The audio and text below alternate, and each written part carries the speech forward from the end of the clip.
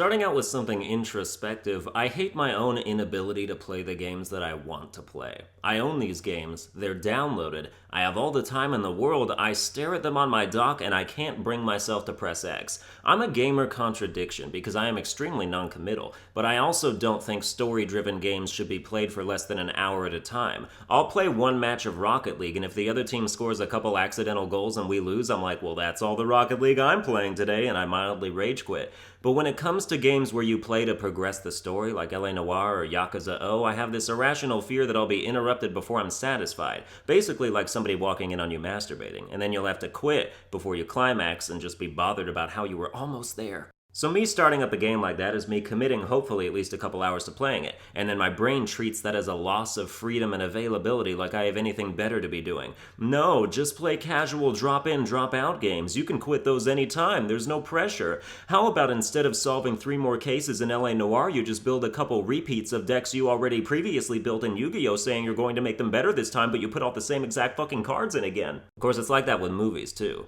I could watch this free movie on demand I've been meaning to see for years, or I could just sit in my chair and stare into space in case I get a better idea. It's real annoying. In fact, I'm writing this script right now in direct defiance to my desire to play Wolfenstein 2, a game I just bought today, played for 90 minutes, had other stuff to do, so I got off, and now I can already see myself hovering over it in the dock for the longest duration a hesitation can be before it turns into paralysis, and I play Yu-Gi-Oh! Legacy of the fucking Duelist again. That game is my lazy, non-committal addiction. It's great. It always has been. I have like 1.5 million Duelist points, but now I just beat the same duels I already beat with the same decks I already built, and it's mindless. It's one of those games, I feel like most people have a game like this, where all it does is just take time away from your other games. Like Domestic Fish, for example, my real-life friend who also does YouTube, for those of you who are new here, all he does is play Dragon Ball Z Dokkan Battle, which is a mobile game that came out in 2015, and it's like a collectathon of cards you summon randomly to try and get ultra-rare fighters. There's a game in there too somewhere, but I haven't played it, so I don't know.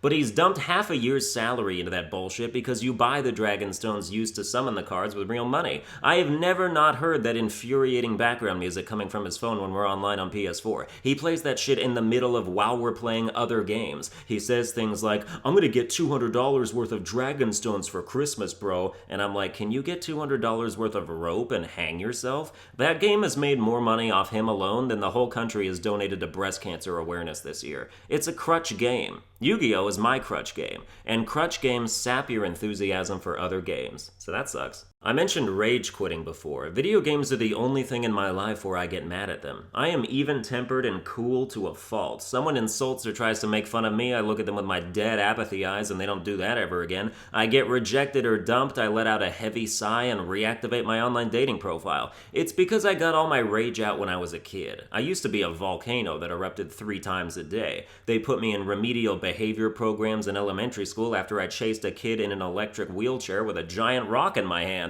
I got mad at everybody because I was way smarter than them, but also easily baited, like an alien caught on a fishhook. I was an Asperger's kid, of course I was smarter, but since then it's definitely bottomed out, you know? Like you go from prodigy child to eventually just a guy. But video games can bring out that dormant, bubbling ferocity, especially multiplayer games. You know I get mad at campers in Call of Duty, which by the way, some people when I mentioned that in the first video were like, meh, campers are easy to kill. Yeah, but it's a reactionary thing. You don't discover a camper is camping until you round a corner and get shot in the back. That shit is frustrating immediately. Also, campers might stick to a particular area, but that doesn't mean they're in the same corner they were in last time when you get over there again. Rocket League is the most infuriating game I've ever played. 3 people hit the ball at the same time from different directions, physics dictates it should shoot up at the ceiling with lightning speed and bounce immediately into your goal with no reaction time permitted. Then the guy who accidentally scored the goal puts the word calculated in the quick chat like he planned that shit, and I start grinding my teeth and abusing my keyboard, and 5 people are about to read the words fucking Mexican and report me.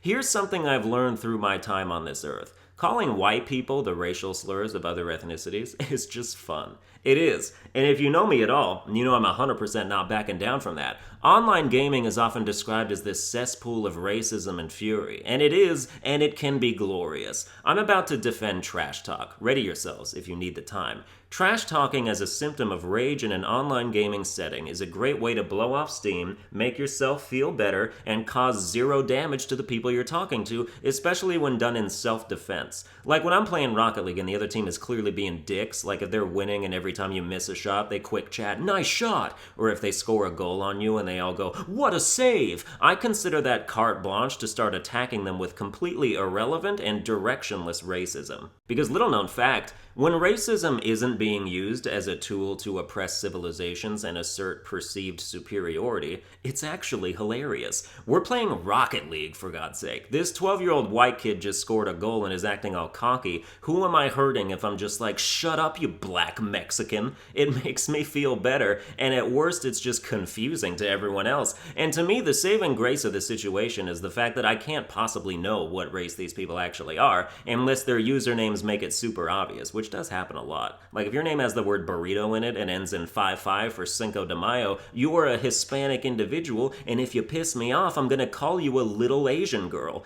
But because I can't be sure of who I'm talking to, it's impossible for the comments to hold any kind of weight. Like if you tweet racist or sexist stuff at a celebrity, that's bad because you know who they are, so you know what you're doing. But if you're just taking random shots in the dark in a video game, it loses all sense of bite, and that's the point. I'm not trying to make people feel bad about who they are. I just want to make myself laugh and wash this bad taste of rage out of my mouth. And if they feel bad anyway, it's on them because I don't mean it. I'm not making threats, and even if they think I mean it, to what end? We don't know each other. Nobody gets insulted on a video game and then goes out and buys a gun for protection like I'm gonna find you somehow. And so, I endorse trash talk, in self-defense, otherwise you're just a troll. And that can be fun too, but let's not get into it. I've lost some of you, and that's okay. It's not like I'm out there calling everyone the N-word. I mean, I'm only half Swedish, so when I get mad at video games, I just say grr. I tweeted that joke 3 days after the PewDiePie thing, and it didn't go viral somehow, so I'm trying to immortalize it as best I can on my own.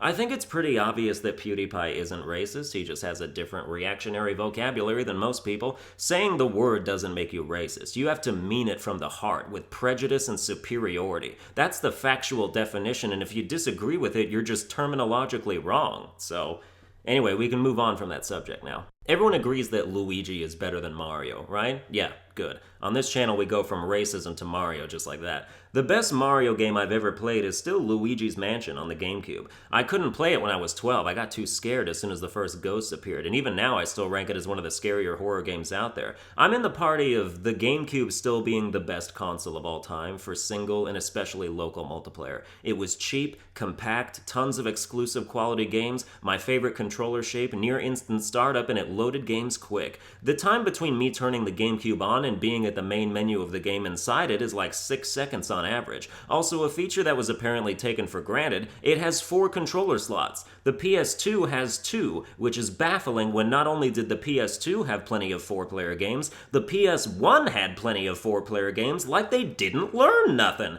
Instead, you had to buy a separate accessory called a multi-tap to plug into one of your controller slots that had 4 slots of its own. Of course, you also had to buy a network adapter to play online. Tricking out your PS2 was basically like building a small shitty PC. Even the PS4 only has 2 USB slots, which means I can charge one controller at a time while I have my headset plugged in and my USB keyboard can just permanently fuck off. Every console has different weird design flaws. Remember the PS3 where you literally weren't supposed to use the power switch to turn it off? No, you had to hold the reset button for 5 until it turned red, and then never unplug the system in your life or risk corrupting all your data somehow. Not that it ever made a difference. I turn my PS3 off with the switch in the back all the time because I don't listen to instructions based on faulty tech design, and nothing ever happened. I just got the message every time I turned it back on, the system was not turned off properly. More like the system wasn't built properly. Then there was the oversensitive power button on the Xbox 360. That shit would turn on if I generated too much wind walking by it.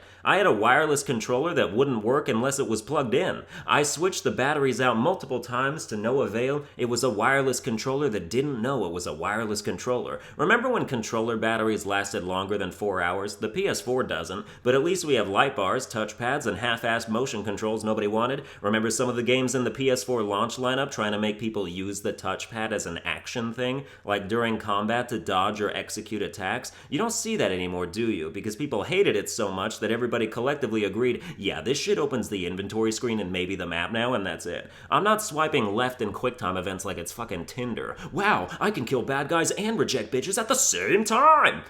Well, that's going to do it for this episode. I hope you enjoyed it. If you did, you can like, share, and subscribe. Keep leaving comments on what gaming opinions bother you, although you don't have to keep bringing the same ones from video to video. I can see all of them regardless. And I'll see you guys next time.